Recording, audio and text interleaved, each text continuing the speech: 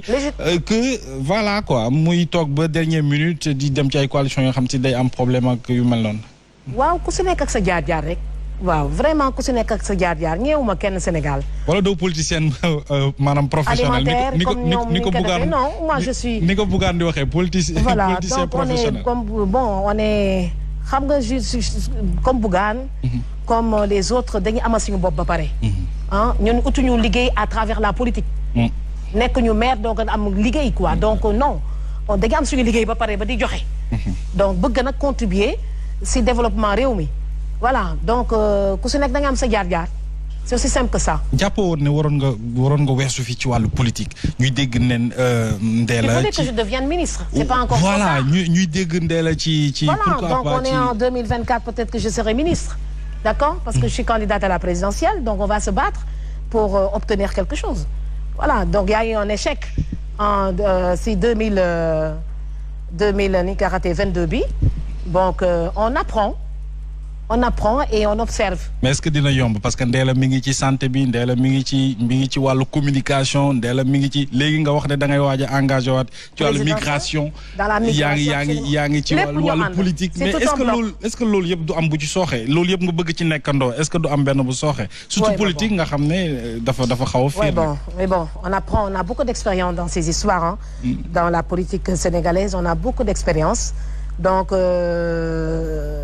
coalition yi ñoo demee noonu c'est triste de voir une opposition sénégalaise boo xam ne jubóowuñu waaw moi dama doon rêver benn opposition bu jubóo. parce que opposition bu su jubóo woon kenn waxatu ko. voilà donc mais malheureusement l'opposition sénégalaise ne s'entend pas ku nekk yaa ngi demal sa bopp dans la même coalition di galgal dans la même coalition on l'a constaté dans toutes les coalitions amul benn coalition bu am exception. Bien sûr. Voilà et puis ça c'est vraiment triste quoi. mu nekk loo xam ne doy na waar. kan moo si gagné mais c'est le président Macky Sall qui gagne dans cette affaire parce que plus que opposition bi tasaaro écoute facilement mu am majorité. Voilà donc lii kan xamul lii lan la. opposition sénégalaise moom dafa mel ni dañuy am benn poids quoi. voilà mënuñu sa waxtaan bu jubóo. voilà moom da am na lu mu bëgg a wax waa. qualifié ko opposants yi ñoom nga ko qualifié léegi maanaam ñàkk a wax dëgg maanaam daal loo xam ne kenn xamul daal lu muy nuru. kenn xamul lu muy nuru. ñàkk jubóo gi. ñoom opposants yi la. opposition bi waaw. waaw mooy ñu bëgg réew mi. mooy ñu bëgg réew mi. bon léegi ñàkk jubóo gi xam nga loolu ñàkk jubóo gi seen biir ba xam nga du ak njub du njub. dafa am ku toog foofu bërki démb opposant la ma laaj ko waaye dafa daw question ba léegi tontu ko nu mu tudd Mohamed Pape Djibril Fall ma di la ko laajaat ma ne ko ndax opposition bi coalition boobu ñi nga xam ne ñoo ci nekk ñëpp te jubóowuñu ndax jub nañu ndax li nga wax kat ku jub du ko def loo wax du dëgg koo digaaleel wor ko foo wéetee ak sa morom ŋàññi ko. gis nga opposition sénégalaise bi sooy wër fenkat. waaw ñu ngi si. may la ko sooy wër warkat. waaw ñu ngi si. sooy wër ñuy galgal. ñu ngi si kenn bëggu sa morom. mais loolu du njub. du njub. waaw moom laa wax nag yow nga bëgg ñu juboo te jubunu. rêve la woon. léegi dama plongé wu si réalité bi juboowul kenn xamul lii. waaw ñoom suñu juboo te jubunu nag ndax. critères yi nga ma génne léegi ci ñoom dug njub de. léegi papa bàyyi ko mu tontu. ah bàyyi ko mu tontu. waaw. waaw bàyyi ko mu tontu nag papa. waaw ba ki moo dirigé fi gis-gis ngay dirigé. koy bàyyi mu tontu nag Fatou Abdou Ndiaye. yow yaa ngi nii dugg ci biir te sa rubrique. non kon noppi papa bàyyi journaliste yi ñu géré. non. bàyyi leen ñu gérer seen émission. tu dois pas me mettre les points sur les i. alors Ndella nga tontu père. oui ba tontu père bi. yow géral gis-gis rek. opposition bi ma gis fii Sénégal. musuma gis nit yu salte yu mel nii. Ndella kaddu gi est-ce que tamit kaddu nga teg ci opposition bi Ndella. est-ce que disul aussi boo li ma dund laa leen di wax. yéen a ma woo de. Aïcha Ndella. yéen a ma woo ma leen di wax li ne sama xol. ak li ma dund. seexlu ñi nekk ci biir opposition bi. seexlu leen sibleen ñàkk wax dëgg ñu bëri sax dañoo bëgg ma wax leen dëgg opposition bi ñu fa nekk 90% ay fenkat lañu maa ko wax te moo am 90% buggante wuñu seen biir dañuy lekkante seen biir di war kenn yéenewul sa morom jiitu mu jaral leen nag ñuy manipuler askan bi mu jaral leen ñuy fen askan bi ñii Macky Sall moo leen gën. ah oui. ma ne ñii Macky Sall sa moo leen gën parce que des gens ñoo xam ne mënuñu sa booloo pour nekk benn. mais est-ce que forcément dañu war a nekk benn ndey. dañu war a nekk benn parce que on est en politique aussi ku nekk ak sa gis-gis ak say idéologie. dañu bëgg am majorité. ku bëgg am majorité c'est deux camps. c'est soit tu es de la mouvance présidentielle wala nga nekk ci opposition dañuy wax dëgg. s'il y a plusieurs coalitions le président est majoritaire d'office. ñu tàmbalee coalition ba ma mujjee bokk nekk naataange gi baskan bi nga xam ne ay warkat ñoo fa nekk bu leen kenn gestu ay warkat la ñoo fa nekk dégg nga wax ci nu warkat nekkee si naataange askan bi noonu la warkat nekkee si yeewi askan bi. ah oui fan nga teg loolu ci yeewi. parce que dama ko dund. ah ñoom aussi da nga fa dund lu mel noonu. ay warkat yeewi. waaw parce que ñëpp gis nañ parce que man même bu ma demee Maroc nit ñi dañu foog ne woon dama nekk si yeewi ma ne déedéet dama lancé woon benn appel ne ñëpp na ngi ñëw autour de yeewi askan bi woo leen ñu déglu ma ba di ma tagg ne ma bi nga waxee na ñëpp ñëw autour de yeewi ñëpp a nga daw si di jublu ay waaye xale bi sa gémmiñ moo embarqué ñi ma doon tagg ñëw mujjee di ma daw chaque jour ñu ne suba dinañ la jox sa notification y a aucun problème chaque jour mais après tu perds du temps. Qu'est-ce qui s'est passé à Yewwi Ndella? Retard des réponses parce que suñu retard des réponses après tu perds du temps dootoo amati temps pour former une coalition. mais foofu rek nga ko teg yow aussi. nga jàpp ne ñoom aussi ay warkat lañu parce que dañu la tardé répondre ci li nga doon. xaar parce que dañu doon waxtaan ak man si téléphone mujj bi ñu koy daw kon ay jaam lañu maa ko wax warkat ay jaam soo koy wër ñu ngi si opposition bi waaw moom ay warkat ak i jaam soo koy wër ñu ngi si opposition bi bëggoowuñu yeewi li fa amoon xam nga li fi amoon ay da nga doon xeexoo seen biir Barthélémy Dias bi nga ko kiiwee bu mu fooganee que DGE moo ko empêché à la fin mu rendre compte que ay galgal la woon si biir après ñu repêché ko dégg nga wax ci mujj bi liste nationale u yeewi moo mujjewul jàll ñoom ñëpp mujje toog xeexoo yi am si biir coalition bi dafa salté mën na am conséquence ci échéance yu ñu jëm. Le président sera majoritaire. ah oui. oui et pourtant il y a d'autres grandes coalitions hein. est-ce que ñoom bu ñu division su amee rek l'état kan moo mën a xeex ak état. division su amee rek l'état est majoritaire c'est ça la réalité. ben oui parce que raw gàddu la. yow mi nekk xam nga c'est 165 députés. yow mi nekk seen biir loo ma ci wax ma gëm ko. nee naa la sooy wër warkat rek ñu ngi si opposition bi.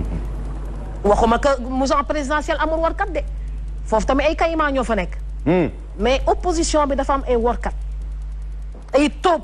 mais on a du mal pour situer cette position nag Ndella on a du mal à situer cette position. mais c'est la réalité vous voulez que je montre maintenant. non du tout opposition bi am na ay warkat mouvance présidentielle am warkat. mais non oui Sénégal la mel noonu jikko yi ñoo soppeeku. mais xanaa finalement ma introduire. kenn baaxul xanaa kon. ni ma introduire dafa rafet. waaw. man doomu buur laa duma sama maam. loolu dëgg lu mu seedeel Serigne Touba. ba ànd ak moom fële sa Touba. sécuriser kër gi pour ñu bañ fay def ay gànnaay. moo tax ma ne opposition dafa may warkat. toog fii nag diggi seen TV nag wax ko te yëngalu ma dafa may warkat. ñu si bëri ay warkat lañu.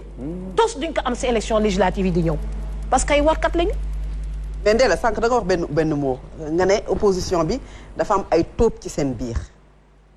ñan ñooy tóobu opposition bi xam nga mënuma toog fi dine diw tóob la mais fan nga ko teg mais ñoom xam nañ ko ay tóob lañu.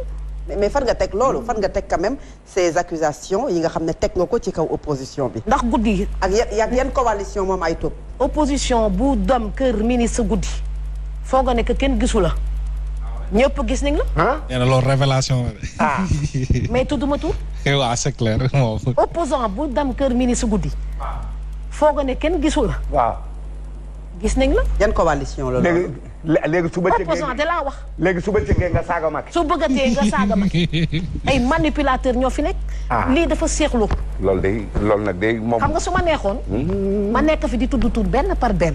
déedéet loolu sa safuma. déedéet bul tudd mais dama ko dul tudd. déedéet bu ko def. li natt yu leen dal temps yi rek doy na sikk ak barke. mais vous mettez tout le monde quand même doy na sukk ak barke. mais Ndella aujourd'hui sa kaddu gi dafay mettre opposition bi yëpp. am dama ne 90% laa leen wax. mais tey opposition am na ay gor si biir. mais bëriwuñu dañ leen di compter. ay taayal ñoo fa nekk. ay taayal ñoo fa nekk. ay warkat ñoo fa nekk maa ko wax. ay warkat ñoo fa nekk ñoo xam ne duñu wax dëgg ñoo fa nekk. am na nag ñu ñi doomu buur yi dañ leen si seppi xam nga. cam doomu buur yi dañ leen di seppi si opposition bi. dërëm ak dërëm rek ñoo mën a ànd. ku fi waaw.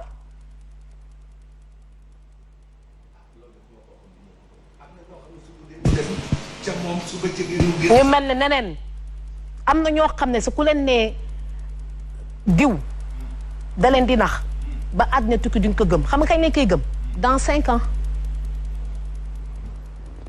fii am na ñoo xam ne dañuy nekk si biir opposition bi guddi ñu ngi si kër ministre yi. ñu jox leen xaalis bu weex taal ñu ñëw dellusiwaat di wax comme su fekkoon du ñoom. mais ñooñu ay leaders lañu wala. ay leaders mais bien sûr c'est des leaders de l'opposition. parce que man loolu nekkoon également naa coalition Madické 2019.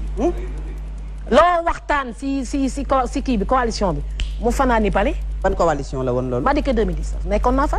ah oui xam naa ay top. lu ngeen fa mës a te ñi ma fa doon seen naa leen fenn. bu leen ma yëngal. alors ñu bàyyi Bintu. gi dégg neen bu leen ma yëngal bu leen ma yëngal waaye am na ñoo xam ne ñu ngi tiit. nee na kii dof la de léegi mu commencé wax tur. maa ne opposition bi dafa bëri ay warkat te muy dëgg. maa ne opposition dafa bëri ay fenkat te muy dëgg. maa ne opposition bi ñu askan bi foog a ne. waaw kon noonu la ñuy baaxee. waaw baaxuñu. manipulation dañuy dem ba xaalis léegi tiital leen. am na ñoo xam ne jot nañu mairie yi léegi dañuy jafu. seetu la leen lex yi commencé génn. ñun dañ ngeen yàgg am lex am déet. mais coono yi la woon rek xëy na ba di régime di jël citron. pour maigrir. am na ñoo xam ne bi ñu jotee mairie bi dañuy commencé am lex. non dañuy commencé noppalu rek yow Ndella. dañuy commencé am lex. kanam bi commencé changé. dañoo noppalu rek. affaire bi yàggagul nag Ndella. ñun dañuy maigrir ñun dañuy régime. mais fii kenn amagu fi lex parce que régime Maroc bi sama ma yàq ma am ki quelques poids. am na ñoo xam ne ñoom. bi ñu jotee si yëf yi la ñu commencé. xam nañuy commencé lekk de. mais Ndella fii kenn amu fi yaram. élément bi nga njëkk a wax lan la. waaw. élément bi nga njëkk a wax sénégalais yëpp a benn. gis nga soo jotee mairie. soo jotee mairie ñi nga fa fekk da nga leen di jox cër. ñi nar a ñëw da nga leen di jox cër mais doo ñëw dàq ñëpp. c'est clair. ñun ñëpp ay sénégalais lañ. kon da ngay seet ñu am compétence nga jox leen poste yi. c'est tout mais doo ñëw da ngay wax. y a pas des sénégalais de Benno Bokk Yaakaar et des sénégalais de l'opposition c'est que des sénégalais. donc prenons les compétences c'est tout. bien sûr opposition bi dafa am ay warkat maa ko wax. te loo am. donc dañu waroon juboo ñoom écoute depuis 2017. ñu ngi jéem a juboo ñuy tas. ils sont incapables de s'unir man lii kenn liggéeyu leen. une opposition dans l'opposition. te yàlla dafay atte daal. yàlla dafay atte. waaw am na loo xam ne soo ko defee yàlla day ñëw rek yàq lépp. affaire nu mu demee nii dafa am main de Dieu dans cette affaire. kon l'histoire de Natangué là c'est une délivrance pour moi. waaw c'est une délivrance parce que moi je me sens pas à l'aise à l'Assemblée nationale. franchement raw naa foofu quoi. Je me rappelle en 2012 mon père dit qu'est-ce que tu fais à l'Assemblée nationale si tu peux payer plus de 10 députés. Et c'était une réalité. Et pourtant am nga fa place. pour Sénégalais bi non dépassé naa foofu yow tamit 2012 laa fa doon dugg. Sénégalais bi bëgg nga porter. 2012 la yow lan laa fay wax ñun li ñuy wax suñuy télé yeeg suñu rajo yi day na si kër baax li ñuy wax mu ëpp député yi ni ñuy wax. à l'Assemblée nationale loolu dépassé nañu loolu. ñun kay poste ministériel la ñuy wax ambassadeur wala président de la République. foofu la ñu toll looloo ñu jeex. foofu la ñu toll ñun. Ndella fu mu ne nii ñu ngi à la veille des élections présidentielles parce que 2 ans c'est pour bientôt inchallah. jot na ba pare.